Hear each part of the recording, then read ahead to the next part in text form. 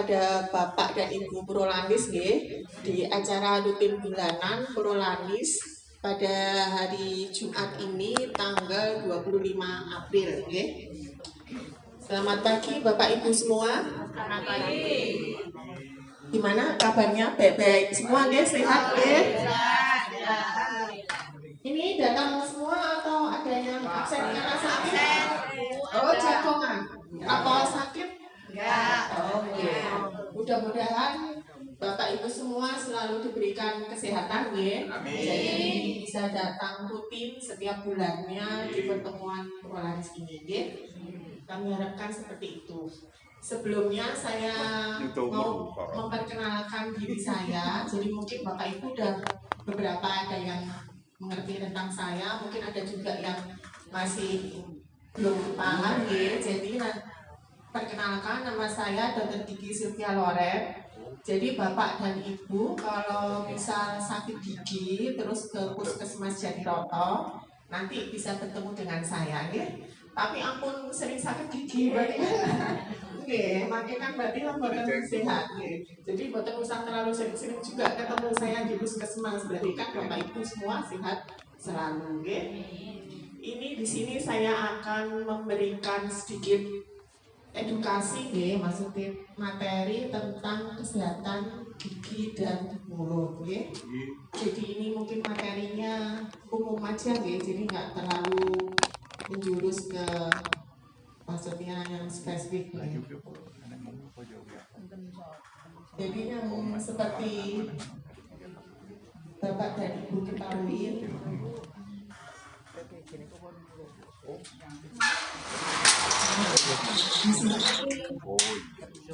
kita akan membaca ya. Jadi di dalam rongga mulut itu ada beberapa bagian. Jadi yang pertama gusi itu yang warna merah ya. Jadi warna merah di kalau dengan berkaca di cermin itu ada bagian yang warna merah tempat ikatan gigi, itu namanya gusi.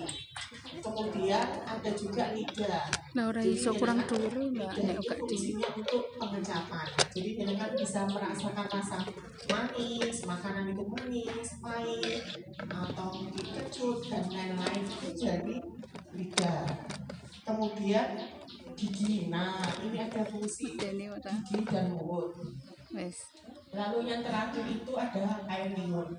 Jadi air liur itu supaya mulut jenengan, jadi kan supaya selalu basah ya, jadi supaya menjaga mulut tidak terlalu kering. Selain itu juga untuk membantu proses pengunyahan. Jadi supaya proses pengunyahannya juga berjalan dengan baik. Nah di sini ada beberapa fungsi gigi dan mulut ya. Yang pertama untuk mengunyah. Jadi mungkin jenengan pernah sering berkaca nih, maksudnya lihat giginya nih. Kalau gigi pada anak kecil itu jumlahnya sekitar 20 gigi. Jadi jenengan kalau lihat cucu jenengan nih, jadi giginya itu total jumlahnya kalau sudah tumbuh semua ada 20 gigi. Tapi kalau untuk orang dewasa beda jumlahnya nih. Jadi lebih banyak lagi nih. 32 gigi. Nah ini untuk fungsi gigi pertama untuk mengunyah. Jadi jenengan karena ada gigi kan lebih mudah ya untuk mengunyah ya. Kalau misalnya giginya berkurang ya, kalau giginya berkurang kan mesti susah. Jadi jenengan mungkin bisa bayangkan ya, waktu zaman masih muda sama sekarang kan ada perbedaan ya dalam mengunyah. Itu memang wajar karena seiring dengan meningkatnya faktor usia, faktor umur, jadi mungkin memang kekuatan daya tahan gigi itu juga mungkin agak berkurang dibanding masih muda. Mungkin masih muda jangan makan semua aja dimakan ya. Jadi sekarang udah bertambah umur, jadi tetap harus hati-hati ya, tetap harus dibatasi untuk makan makanan tertentu. kurang dua. Kemudian yang kedua untuk berbicara. Nah ini gampangannya jenengan lihat sama bayi. Nah bayi kalau belum punya gigi gimana? Agak susah ya. Berbicaranya kan agak susah ya. Jadi nanti setelah biasanya kalau bayi itu sekitar umur kurang lebih 6 bulan, mulai umur 6 bulan sampai setahun itu mulai giginya tumbuh. Nah itu nanti biasanya kalau giginya sudah mulai tumbuh, bicaranya sudah mulai ada nih. Lalu yang berikutnya estetika. Estetika itu penampilan nih. Jadi kalau orang dengan giginya utuh dan tidak itu memang ada sedikit perbedaan nih.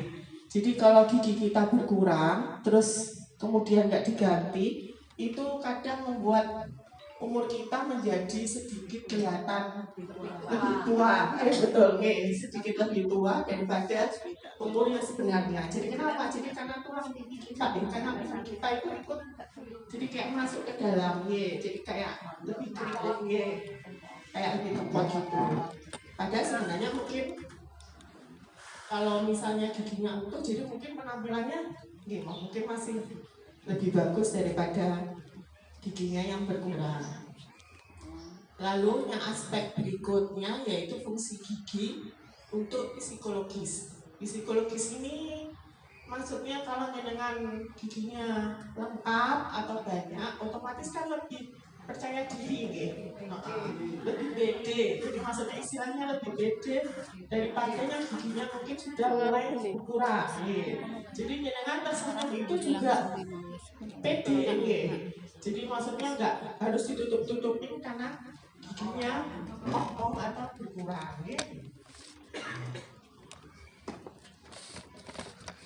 Nah ini yang berikutnya, jadi gigi itu memang kelihatannya remeh nih Bapak Ibu karena kan nggak kelihatan ya. Jenengan kalau misalnya sakit gigi itu kan nggak dipilih ya. Nah kalau misalnya sakit lain itu kan kadang kelihatan, jadi kelihatan dari luar. Jadi kadang nanti ini sakit misalnya jatuh atau apa kan kelihatan ya. Jadi ini sakit maksudnya jatuh atau gimana, jadi kita pilih. Tapi kalau gigi kan nggak kelihatan ya, jadi cuma di dalam jadi yang bisa merasakan kan cuma Bapak Ibu semua jadi kan nggak mungkin sampai ada orang lain terus pilihan karena jenengan sakit gigi. Cuma kan Kok ringkih ya ternyata ya. Bilang lebih baik sakit hati daripada sakit gigi. Kalau saya sih lebih baik nggak sakit semua. Jadi kita harus ingat ya. Jadi selain kita jaga kesehatan gigi kita, Bapak Ibu juga jangan melupakan kesehatan gigi dan mulut. Jadi meskipun kelihatannya itu remeh, nggak kelihatan, jadi kan memang dari luar itu nggak kelihatan ya gigi. Cuma kadang kalau orang sakit gigi itu kan kadang emosinya beda ya. Biasanya itu nanti ada orang bicara apa sedikit atau gimana terus pinginnya marah-marah. Ya orang luar yang nggak ngerti kan mikir kok marah-marah, padahal nggak tahu kalau rasanya itu lagi sakit gigi. Biasanya kalau sakit gigi itu kan otomatis kadang ya, maksudnya emosinya itu nggak stabil. Jadi suka marah-marah karena dia jengkel mungkin karena nggak kelihatan, tapi dia merasakan sakit. Terus biasanya jadi malah susah tidur gitu ya.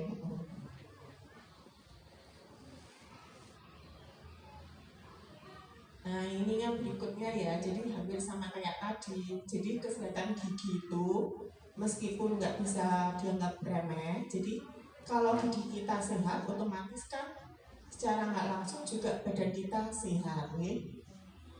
Karena kalau gigi kita sakit itu berarti kan ada infeksi ya. Jadi kalau infeksi itu juga bisa mengakibatkan infeksi di organ tubuhnya lain, misalnya jantung dan lain-lain. Jadi menjaga kesehatan gigi dan mulut itu juga penting.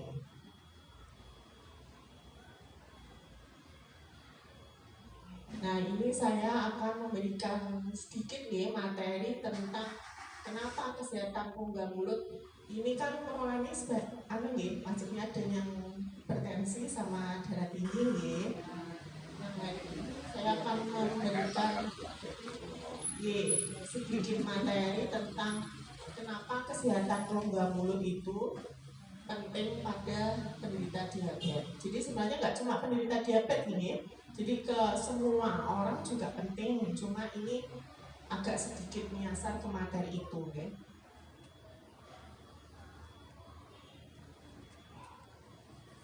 Nah ini nih, jadi kalau kita menderita diabetes,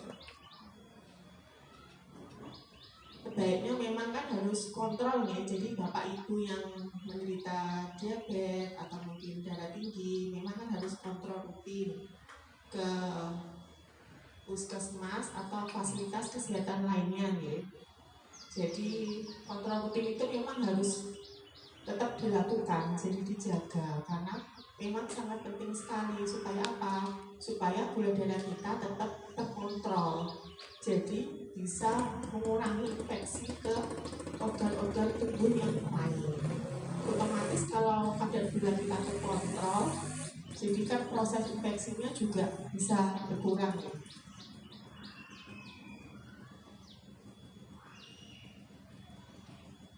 Nah ini bapak-bapak, ini ada bapak-bapaknya nih. Saya mau nanya, apa merokok mboten niki? Merokok. Saya mboten nih, merokok itu griya nih. Sehari berapa bungkus nih? Ya sekitar setengah bungkus lah. Setengah bungkus. Yang lainnya loh bapak, apa ngingkatan apa anu? Mboten ngerokok.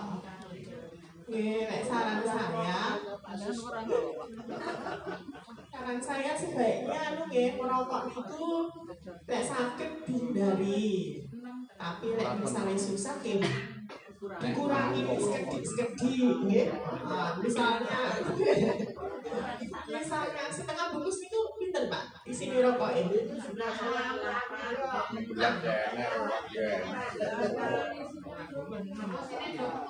Isinya 20 gitu. Oh, berarti kalau 16 separuhnya di 8 ya.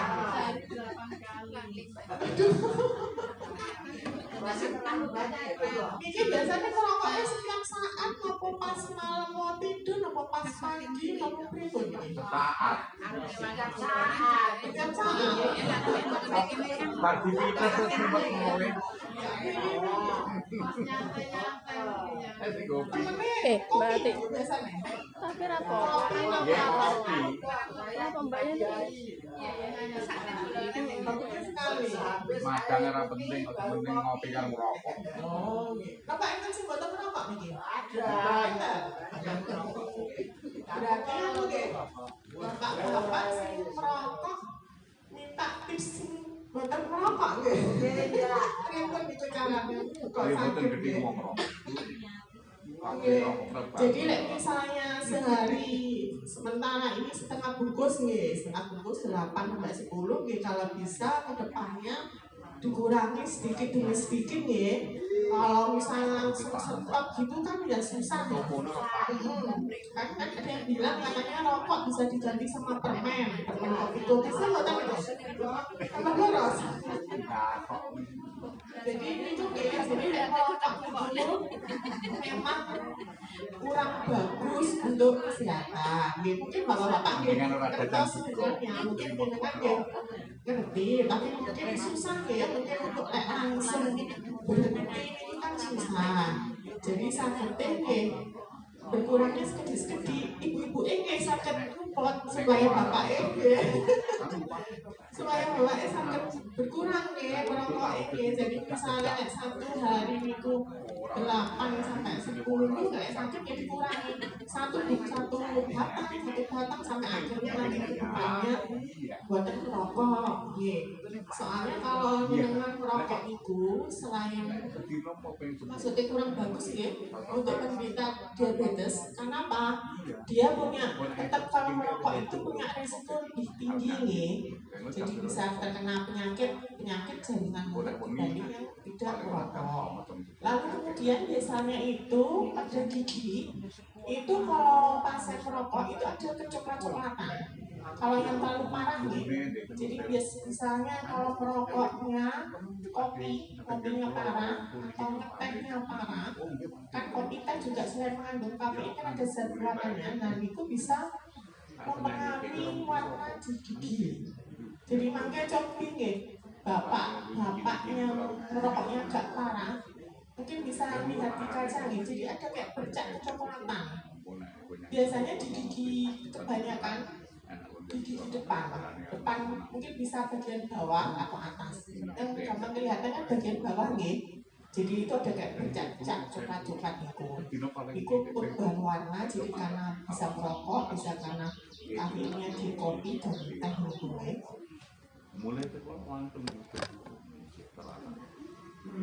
Nah iya, ini tadi gigi pada pasien dewasa ini kan ada juga ya bapak ibu nih. Nanti kalau bapak ibu ngaca di kaca itu bentuknya gigi kan berbeda-beda nih. Jadi yang depan 4 gigi depan atas atau bawah itu betul itu namanya gigi seri jadi kelihatan lebih besar. Kalau yang biasanya yang atas itu kelihatan lebih besar daripada yang bawah. Itu gunanya apa? Jadi bapak ibu kalau makan dia jadi kayak motong kayak nugget. Biasanya makanya kenapa gigi depan itu penting, karena itu untuk motong gigit. Kalau dengan kehilangan gigi depan ya agak susah ya kalau mau gigit makanan itu. Lalu sampingnya lagi itu ada giginya runcing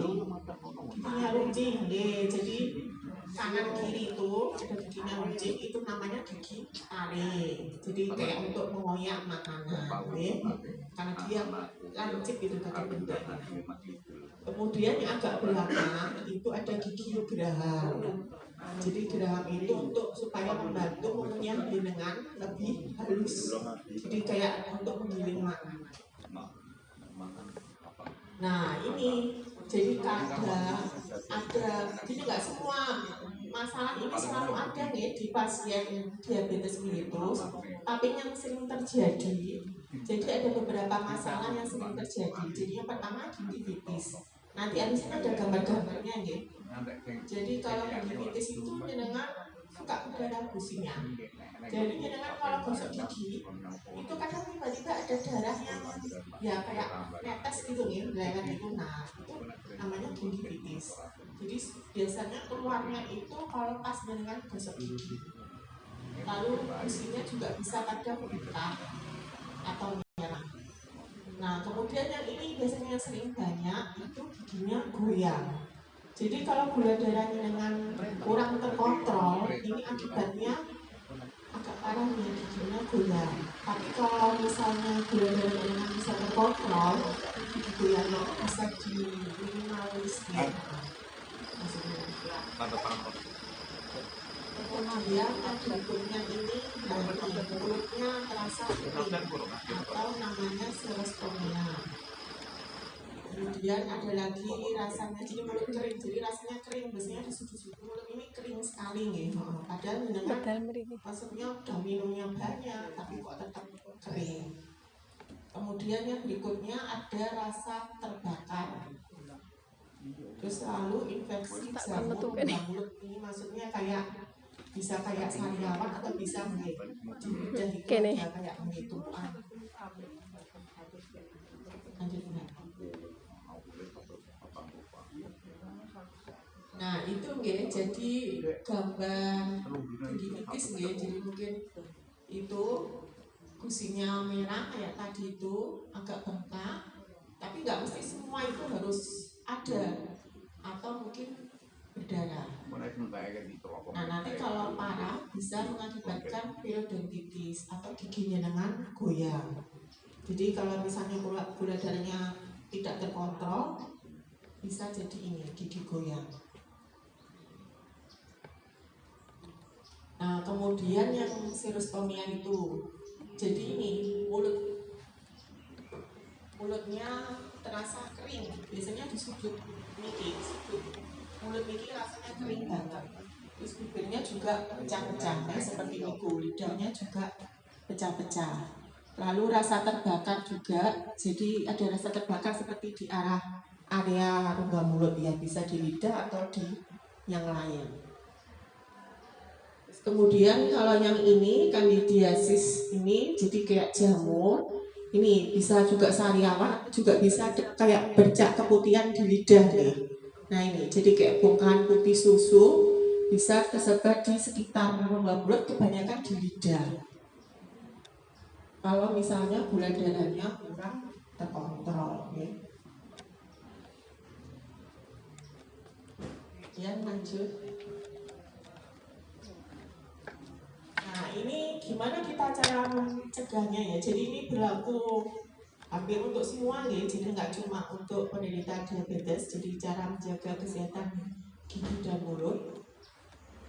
Yang pertama jelas kalau untuk penderita diabetes tetap harus kontrol gula darahnya, itu faktor utama yang paling penting dibanding lain-lainnya ya.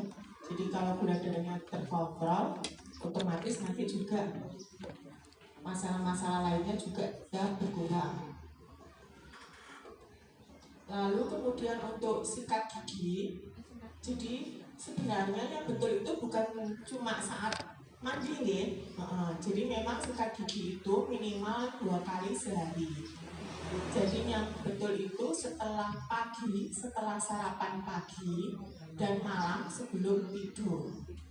Nah, kenapa kok malam sebelum tidur itu kita harus gosok gigi?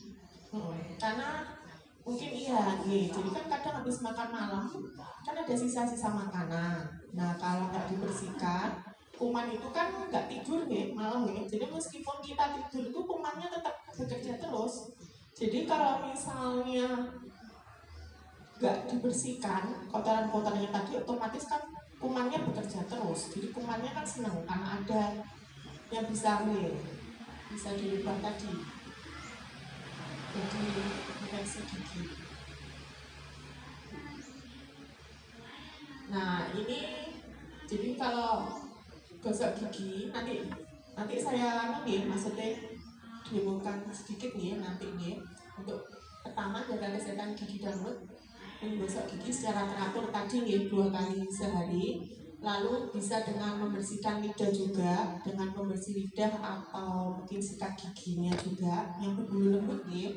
Kemudian yang terakhir, kalau misalnya bapak ibu ada gigi palsu, malam sebelum tidur yang lepasan nih, dilepas nih. Jadi nggak boleh terus-terusan dipakai, dilepas dikum dikum di air nih. Terus untuk sikat gigi ini ada yang sikat giginya sudah nyeprak belum di rumahnya? Nanti dilihat lagi dilihat lagi sikat giginya ini bulunya masih bagus atau sudah kerok-kerok gitu nih. Kalau misalnya kira-kira udah dandan jeprak, jangan perhatikan ya. Nanti kalau pas mandi malam buat bisa habis dari sini langsung ke kamar mandi Nanti ke misalnya mau mandi, dengan perhatikan sikat giginya sudah jeprak atau belum nih. Kalau misalnya sudah ada yang jeprak meskipun sedikit, harus segera diganti. Karena kalau nggak diganti nanti bisa melukai gusi jenengan, nanti malah luka. Terus di sini apa sikat giginya sudah sendiri nih Bapak Ibu ya? Jadi meskipun Bapak Ibu punya anak, keluarga, tidak boleh sikat gigi itu jadi satu. Jadi jangan pikiran terus, oh saya tak sikat giginya jadi satu aja, jangan ya. Karena nanti bisa menularkan penyakit gigi dan mulut. Jadi sikat gigi tetap harus satu-satu per orang. Misal satu rumah 6 orang ya 6 sikat gigi. Jadi nggak boleh cuma berapa sikat gigi aja. Misalnya orang tua gabung sama anaknya atau kakaknya gabung sama adiknya, tetap nggak boleh ya. Lalu kalau bulu sikatnya sebenarnya terserah nih, cuma kalau bisa pakai bulu sikat yang berbulu lembut berbulu halus karena kalau halus itu, kalau kadang kan ada yang gosok giginya itu mikirnya semakin keras semakin bersih padahal sebenarnya nggak boleh seperti itu. Jadi takutnya itu nanti kalau menggosok giginya terlalu keras, bulu sikatnya juga enggak nggak lembut atau halus, nah itu takutnya nanti gusinya malah luka. Malah kalau gusinya luka menimbulkan masalah lain, gitu.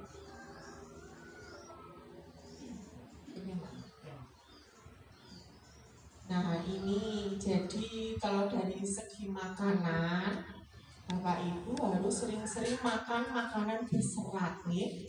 Berserat niku buah dan sayur. Kenapa harus sering makan buah dan sayur? Karena dia bisa membersihkan sisa-sisa makanan nih. Kan boten sereteng nih. Lalu juga kalau ini biasanya saya sering bilangnya ke anak kecil-kecil nih. Kalau Bapak Ibu mungkin kan sudah bisa batasi nih. Biasanya kalau ke anak kecil saya bilangnya hindari makanan manis dan lengket. Karena kalau manis dan lengket ini bisa susah dibersihkan. Terus misal kayak kalau pas hajatan itu jenang gitu nggih, nah itu sejenis jenang dan sebagainya itu kan lengket nih. Nah itu susah biasanya dibersihkan. Terus bisa menimbulkan lubang karena dia susah dibersihkan. Lalu kemudian bisa berkumur sesudah makan. Jadi berkumur dengan air putih. Kalau misalnya nggak bisa sering-sering gosok gigi nggih, misalnya sarapan belum sempat gosok gigi, paling banter dengan berkumur setelah makan. Kemudian yang terakhir ini bisa kontrol ke puskesmas atau dokter gigi secara rutin. Berapa lama waktunya? Jadi sebaiknya 6 bulan sekali. Jadi supaya untuk mengontrol kondisi kesehatan gigi dan mulut dengan semua, okay? Jadi misalnya nanti ada masalah-masalah yang harus ditangani bisa ketahuan.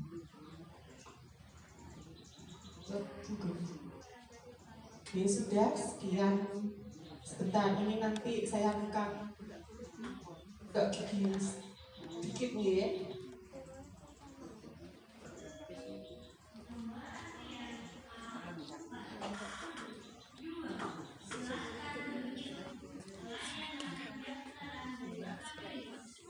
Nah, jadi tadi sepertinya saya bilang ya, Bapak Ibu, gigi seri itu yang ini, yang besar-besar niki nggih. Nah, niki.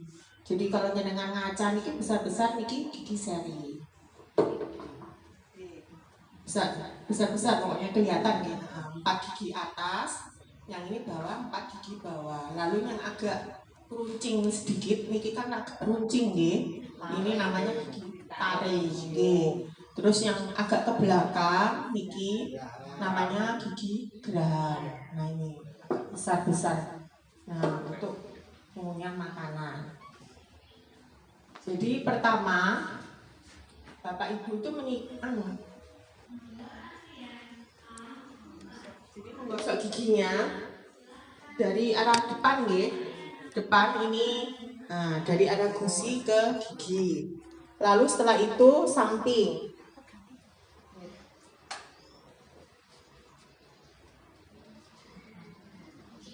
Jadi gosok giginya dari arah depan nggih. Pertama, setelah itu dari samping. Samping ini memutar. Nah, memutar. Kemudian setelah itu bagian dalam. Nah, ini permukaan kunyahnya maju mundur nggih, jenengan maju mundur atas bawah nggih, sami maju mundur. Kemudian permukaan dalam gigi sama juga seperti yang luar tadi nggih. Jadi memutar juga. Nah, lalu yang terakhir bagian depan itu seperti menyungkit dari atas ke bawah sama. Jadi kayak nyukil gitu nggih. Nggih, kayak nyukil dari kalau gigi bawah, nyukil dari bawah ke atas. Kalau gigi atas nyukilnya dari atas ke bawah.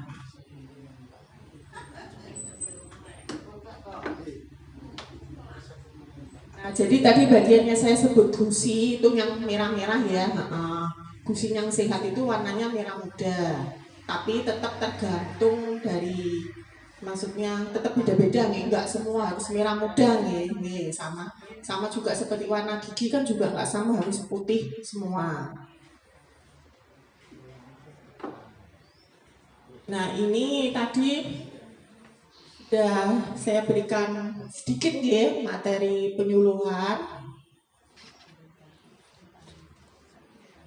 tentang kesehatan gigi dan mulut. Mudah-mudahan bisa memberi pengetahuan ya buat Bapak dan Ibu semua, meskipun cuma singkat terus ya terlalu umum, jadi mudah-mudahan bisa memberikan pengetahuan. Nah, ini tadi sudah saya sampaikan materi, kira-kira ada yang ingin menanyakan atau enggak?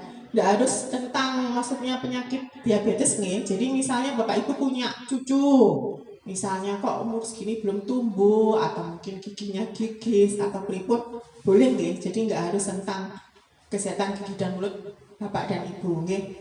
Boleh tentang cucunya atau keriput nih. Monggo silakan.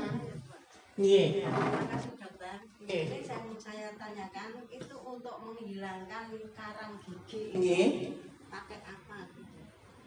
Mungkin ada obatnya. Mungkin ada obatnya atau ada karena gigi saya di bawah Nggih. itu kosong, Mm-mm. terus di atasnya masih ada.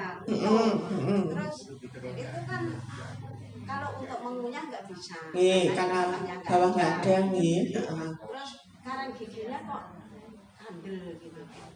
Oh, nggih. Gini nggih, jadi sama seperti misalnya anggap aja ibarat meja ini nggih. Jadi meja ini kalau dipakai terus kita bersihkan, otomatis kan bersih, nggak ada debu nggih. Tapi kalau misalnya meja ini jarang kita pakai, terus kita pakai meja yang lain, nah otomatis dia kan kurang dapat perhatian nih. Jadi otomatis berdebu. Nah, sama seperti gigi.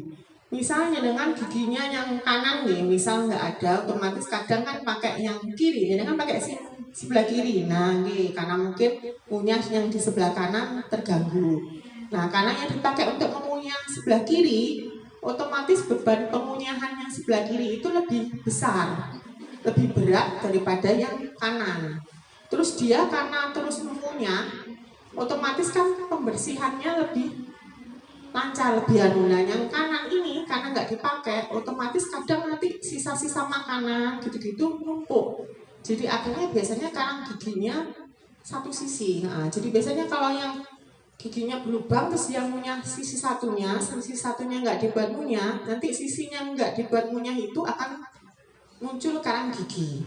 Kalau cara untuk membersihkannya gimana? Tetap dengan kalau untuk karang gigi nggak bisa nih pakai obat perontok tiba-tiba terus karang giginya langsung misalnya dengan minum obat besoknya langsung bersih bangun boten enten nggih. Nah, tetap harus ada jenengan tindak ke puskesmas. Jadi puskesmas atau paskes lain atau ke dokter gigi nanti karang giginya dibersihkan. Karena karang gigi itu kalau dengan maksudnya minum obat atau makan misalnya tetap makanan berserat gitu-gitu, kalau sudah terbentuk nih, maksudnya kalau sudah terbentuk itu tetap harus dibersihkannya pakai alat nih. Sama seperti kontrol ke dokter gigi minimal 6 bulan sekali. Jadi kalau untuk pembersihan karang gigi juga minimal 6 bulan sekali bagusnya. Oke. Terus kalau misalnya sudah dibersihkan, kalau karang giginya sudah dibersihkan nih, kalau bisa dibuat mengunyah, mulai mengunyah dikit-dikit meskipun agak susah nih. Jadi mungkin misalnya kalau mengunyah karena giginya berkurang, kalau mau mengunyah yang keras susah nih. Nah, jadi jangan tetap kalau pas kira-kira makanannya agak lembut atau halus, dibuat mengunyah yang lembut atau halus niku. Jadi supaya kanan kiri itu tetap bekerja, ini tetap seimbang bekerja. Jadi kan tetap nanti seumpama sudah dibersihkan, nggak akan ada penumpukan lagi plak atau sisa makanan. Di enten malih sing anu mau bertanya? Nggih, monggo. Monggo. Apa adanya belakang ada nama penjenengan yen nggih. Ini ada. Nggih. Nggih. Cucunya gigis nggih. Hilang semuanya. Ping atas atau bawah, Bu? Atas bawah. Atas bawah nggih. Umur berapa? Sekarang sudah umur 6 tahun. 6 tahun nggih. Belum tumbuh lagi. Gigis Niki berarti atas depan habis ya? Atas depan Habis, bawah habis. Terus hitam-hitaman, muncul hitam-hitaman. enggak. Enggak, oh habis nawan nggih. Biasanya kalau anak kecil niku kan memang kadang giginya habis nggih, gigis nggih, namanya rampan karies. Itu bisa penyebabnya karena mungkin suka makanan ya itu tadi nggih, manis lengket, kayak permen, coklat nggih, atau mungkin ya makanan minuman yang manis itu. Nggih, atau mungkin kadang minum susu ketiduran. Nah, ketiduran sampai besok paginya, otomatis kan bekas susunya ini kan ada di rongga mulutnya nggih, terus nggak dibersihkan, otomatis biasanya jadi gigis. Nah, kalau untuk gigi permanen, jadi biasanya kelas umur 6 tahun nggih. Jadi kalau gigi permanen itu tumbuh pertama kali pada usia kurang lebih 6 tahun. Jadi tapi yang tumbuh itu biasanya di bagian bawah. Jadi bawah dulu kurang lebih 6 sampai 7 tahun, setelah itu ke atas. Jadi urutannya bawah atas gitu nggih. Nanti yang atas itu juga kurang lebih sekitar 7 tahun.